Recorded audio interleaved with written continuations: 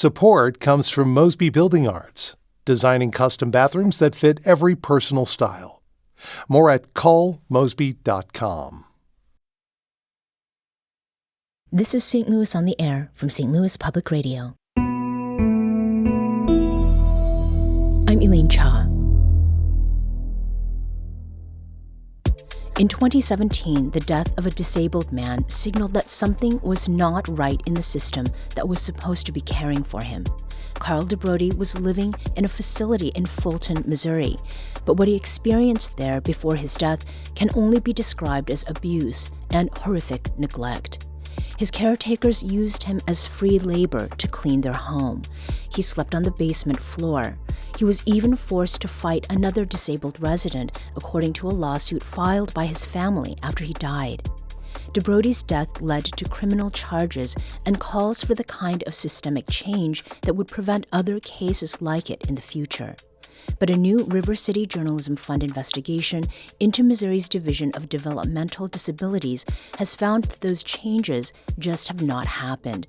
In fact, in the 6 years since DeBrody's death, records show that 74 people with developmental disabilities have died in some sort of accident while in state care. Nearly 400 people died of undetermined causes. It's a system that's supposed to be taking care of some of the state's most vulnerable people. And to talk about those deaths and the persistent problems in this system, I'm joined by reporter Will Skipworth. Will, welcome to St. Louis on the Air. Thank you so much for having me. Will, you have spent years now looking into this system, and your investigation was published just this morning. It's titled, Developmentally Disabled Missourians Suffer Abuse and Death in State's Dysfunctional System. Now, I understand that it was Carl DeBrody's death that put you on this path of investigating. Tell us about that, Will. Right. So I read about Carl DeBrody's death kind of like a lot of other people did. I read it in the newspaper, and it was shocking to me. 2 years later, a couple years later, I came back to the story, and it really still shook me. You know, two things I couldn't get out of my head, I should say. I had two questions. I was wondering, what has the state done to make sure this never happens to anybody else again? And is Carl DeBrody the only one? Mm-hmm. And unfortunately, what I found is the state's done very little, and Carl is certainly not the only one. Mm-hmm. Why do you think DeBrody's death got so much attention? I think it was the horrific nature of it. You know, he was forced to fight other developmentally disabled residents just for the caretaker's amusement, you know, and he died in very dramatic fashion, and it turned into a police investigation and generated a lot of attention, you know. A lot of the other deaths I uncovered just didn't, while equally tragic and sad, you know, someone died in every case. Mm-hmm. They didn't have the same media attention. There wasn't the same police investigation. You know, Carl DeBrody was reported missing before anyone found out what happened to him. And so there was a police search. There was all this attention on it. So I think that brought it into the public's kind of knowledge and the public's attention. Mm-hmm. Now, the accountability piece of this, was anyone held accountable for what happened to Carl? Yeah, so the two caretakers that did this to him, Sherry Paulo and Anthony Flores, they were sentenced to prison. They were convicted on civil rights and obstruction charges. After the death happened, they did a lot to cover it up. So they got charges. They were charged and convicted for covering up and impeding a federal investigation. So yes, they were sent to prison for that. Mm-hmm. And you've described the conditions that Carl DeBrody was living in, that there was setting him against other disabled residents, that he was sleeping on the basement floor. What was it that caused his death ultimately? He ultimately had a stroke. So if you look at legal documents and the wrongful death lawsuits about his death, you'll find that he was discovered convulsing, bleeding from the nose, screaming. A stroke is what ultimately killed him. But it was kind of a long, drawn-out history of abuse, you know. the caretakers admitted that they watched his health decline and they did not continue to give him his prescribed medical regimen. I mean, a lot went wrong in the situation of Carl DeBrody. Mm-hmm. And did you find, as you were following this story, you said that there were a couple of questions that you were asking, and one of them had to do with, why is this happening? Has anything changed? Do you think that what happened with Sherry Paulo and Anthony Flores and what they were convicted of, and it was civil rights and obstruction charges, that had any effect on whether there was more reporting after that or any accountability in those cases in which it was found that there was neglect and abuse happening? Yeah, so it's really hard to say. I do know that situations of abuse and neglect and death have happened since. So I mean, one thing I tried to zero in on, I was like, there were a lot of safeguards that failed that were meant to protect him. So I wanted to look at a couple of those safeguards. And so one of them I looked at is the procedures for how these complaints of abuse and neglect should be reported and investigated. And so I looked at, did they change that? Did they do anything to amend that? And the answer is not really. I mean, I spoke to the director of the Division of Developmental Disabilities, and she told me the changes weren't really substantive. They weren't really changes in how things were done. The only changes that happened were just kind of to update and clarify them, reflect changes in structure and process. Mm-hmm. So she kind of told me that they didn't make any substantive changes in how things were done after Carl DeBrody's death in terms of reporting, even though that reporting system failed miserably. Another example of that is that there were supposed to be nurses and caseworkers reporting on, checking in on them every month, doing face-to-face visits. And they didn't do that. One of the nurses that was supposed to check in on him admitted that she signed 7 months worth of paperwork saying that she'd seen Carl DeBrody when he was already dead. Mm-hmm. So what I tried to zero in on was, I was like, what are the safeguards that were meant to protect him? How did those safeguards fail? And were those safeguards fixed? And what I found is in every case I looked at, there wasn't really any change to fix them. Mm-hmm. I'd like to invite you into the conversation. Do you have a question or comment about the state of Missouri's system for caring for people with developmental disabilities? Give us a call at 314-382-8255. That's 382-TALK, or send us an email at talk@stlpr.org. Now, Will, I'd like to kind of zoom out a little bit so that we can get a sense of what this system is, how people become part of it. And we are talking specifically about Missouri's Division of Developmental Disabilities. And it is a system that provides services to more than 40,000 Missourians. It's not a small number. Now, about 7,500 of those people have disabilities that are so severe that they require the state to take care of them. How is it, Will, that people enter this system to begin with?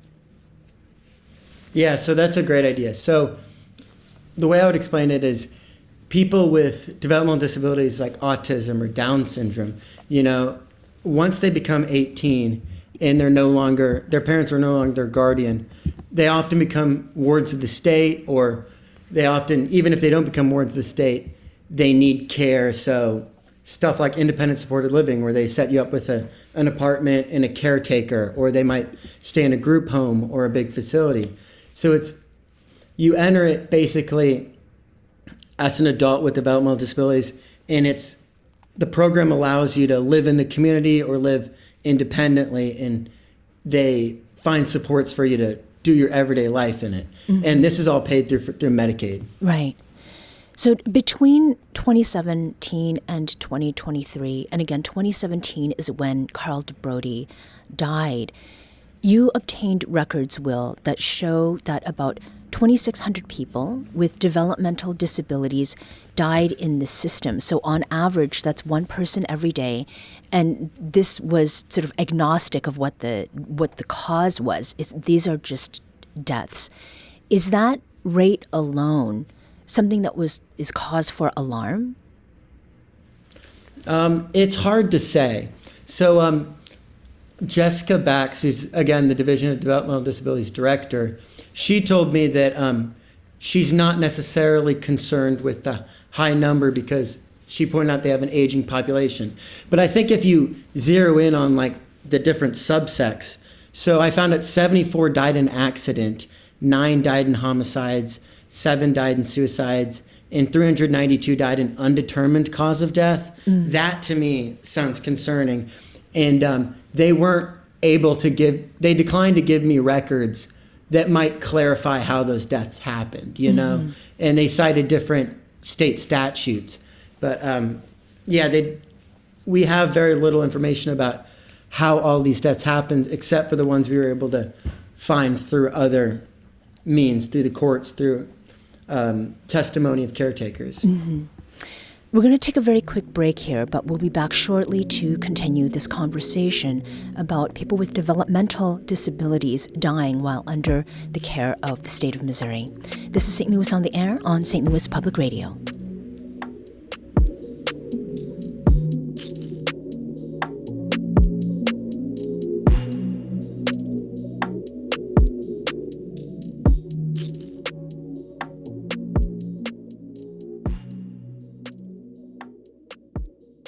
Support comes from Gemma, architects, planners, and designers seeking to bring joy to their clients and communities.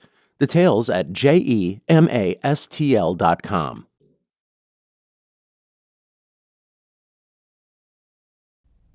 Welcome back. Let's return to our conversation with reporter Will Skipworth. He spent years looking into cases of abuse and neglect in Missouri's Division of Developmental Disabilities. His investigation into that, commissioned by the River City Journalism Fund, was published today. Now, before the break, Will, you were talking about records that you had obtained. Some of them did come from Missouri's Department of Mental Health, and the response that you got included an admission that it had investigated only 2 of the 10 most recent deaths. What is it that you learned from that, Will? Yeah, so I would say that made it, because they didn't give me those records, but they were willing to admit that, these were the ones we investigated. And they told me that of the ones they investigated, they were all either ongoing or unsubstantiated. And so it was hard to glean too much from that, other than the fact that, they had these reports and only so many of them got investigated. Now, we began the conversation talking about Carl DeBrody and his death in 2017. He was under the care of Missouri System for people with developmental disabilities.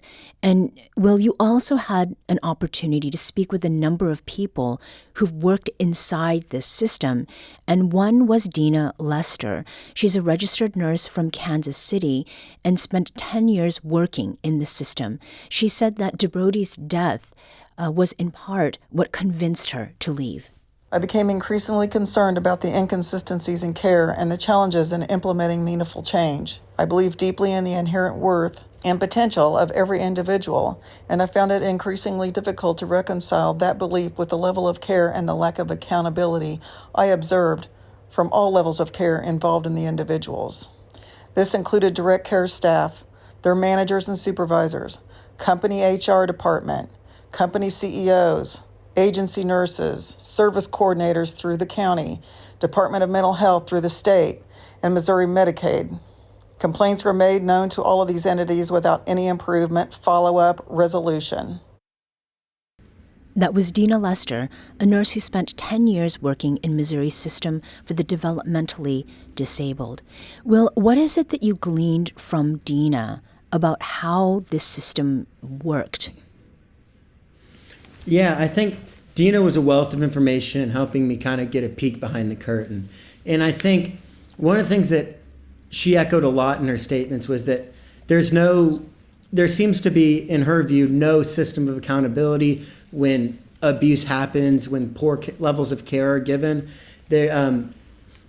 There's a lot of flaws in how abuse and neglect are reported. One thing she said is that she's reported a lot of different instances of abuse, neglect, And she said she never sees action on any of them. And she even showed me screenshots of emails she sent to the different reporting agencies and letters she got back confirming that they received it. But she said she's seen no action on any of them. So I think from her, I learned a lot about just how little accountability and little systems there were in place to kind of protect these people. Mm-hmm. Well, and as a counter to little, Dina lists a lot of actors in this system whom she says is responsible for its dysfunction, and that goes from managers to nurses. I mean, Will, where does the buck stop? Or does it just seem like it's blame that gets passed around? Yeah, that's a really good question. I think it's one that's hard to answer, but you talked a lot about getting passed. One quote I have from Dina Lester that really spoke to me is she said, when you go to the hospital, there's quality control in a hospital setting. If you go to have surgery, it's not just doctors and nurses and medical professionals playing every man for himself. There's some sort of oversight, and they have to answer to somebody. And she said there's just not that in the developmental disability system. So I do think, on a personal level, I think that the Division of Developmental Disabilities should be responsible for oversight over this. And then when there's no oversight, I think that trickles down and you see these private agencies which have contracts with the state. So these are state contractor agencies that, since they're not being held accountable, they're going on and doing this abuse and neglect, and they're not fixing problems within their own agencies. So I think on the top level, you have the Division of Developmental Disabilities, which is part of the Department of Mental Health. And when they let their guard down, that trickles down and problems don't get fixed on lower levels than those private agencies. Mm-hmm. Now, Will, one of the findings of this investigation that was just published today is about just how few deaths in this system are ever investigated for neglect or abuse. And again, Dina Lester, whom we heard from earlier, she spent 10 years just about as a nurse in that system. And she said that she believes those deaths are being undercounted. There is really no incentive for agencies to report these findings. If they do report, that results in an investigation for the agency. Some caregivers have experienced abuse and neglect in their own communities, which can normalize these types of behaviors and lead to underreporting. Incident reporting is not anonymous. The incident is seen by the agency itself, so that the people reporting are at risk for retaliatory actions by the agencies, and agencies are able to intercept reporting, preventing outside oversight and review. It's our collective responsibility to break the silence surrounding abuse and neglect. So, Will, when Dina says it's our collective responsibility to speak out about this abuse, is that something that you are seeing from other people in this system? Is there actually an effort to break this silence? I spoke with a lot of people for the story that worked in the industry, and I'm really grateful to all of them because they gave me so much information. It's kind of a brave thing to talk about dysfunction in your industry. And so among the people I talked to, there was a lot of sentiment that they really wanted to kind of get the word out there of what's happening. I think one of Dina's quotes that I think goes to that really well is she told me that there's a lot of fear of retribution. People are afraid to speak out because they're afraid that their employers will kind of punish them for doing so. They might get blacklisted from working with certain agencies, that kind of stuff. Mm-hmm. So I think the people I spoke to, one thing that shocked me is how people from different parts of the state were telling me the same things. And they were also telling me how hard it is to speak out because they're afraid of retribution. They're afraid of their employer kind of coming down on them for it. Mm-hmm.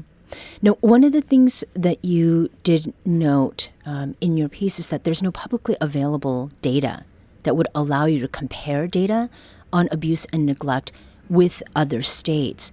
Were you able to get any kind of indication on how other states are doing?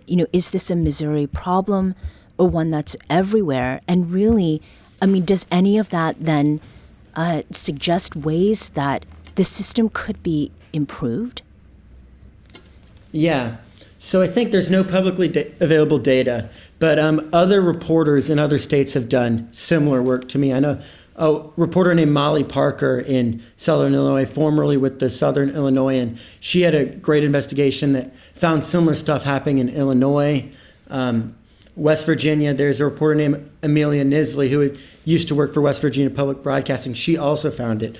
But so the national data problem is that I had to obtain these through an opens records request, which can be time consuming, which can be difficult. You get some pushback. Every state has a different system. So it's really hard to get that data on a national level. Mm-hmm. And I think we're able to see from other reporters how this is happening elsewhere. I know there was one activist I spoke to. Her name was Diane Mack. She's not quoted in the story, but I spoke to her a lot and she's really helpful. She has a daughter with developmental disabilities and she's experienced the system a lot. She's moved around the country, several different states. She told me that Missouri was the worst state she's ever seen in terms of this, but she also has seen similar problems in other states. Right. Well, as we close, I mean, there's a lot of evidence that you've laid out for dysfunction in this system. It seems like Missouri really is not only not doing a good job, but as you mentioned, that activist and what she has seen in other places. Why are you so committed to making sure that this story goes out and doesn't sort of remain passed around among people who are part of this system and largely part of the problem?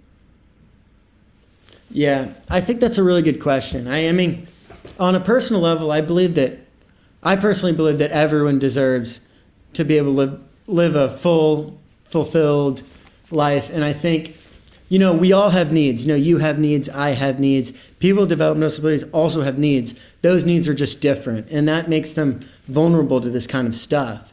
And so I think it's really important that we protect some of the most vulnerable people in our society so they can also become productive members in society. They can also live full, fulfilling lives. And I think, to me, that's really important. And this is an extremely important issue, so I'm grateful you're having me on to talk about it. Mm-hmm. Well, I do hope that this does raise awareness in such a way that there is possibly some pressure from outside the system to get things corrected inside. Will, thank you so much for joining us today. Thank you so much for having me. Will Skipworth is a reporter whose years-long investigation is titled Developmentally Disabled Missourians Suffer Abuse and Death in State's Dysfunctional System. That is now live on our website. That's stlpr.org. It received funding support from the River City Journalism Fund. This episode was produced by Danny Wissentowski. Audio engineering and podcast design by Aaron Dorr. Our executive producer is Alex Hoyer. St. Louis on the Air is a production of St. Louis Public Radio. Understanding starts here. Do you find yourself regularly listening to episodes of St. Louis on the Air? Suggest us to a friend you think might enjoy our conversations, and leave us a review and rating on Apple Podcasts on the App Store. It's the simplest way to help people discover our show. Thank you. St. Louis Public Radio is a member-supported service of the University of Missouri St. Louis.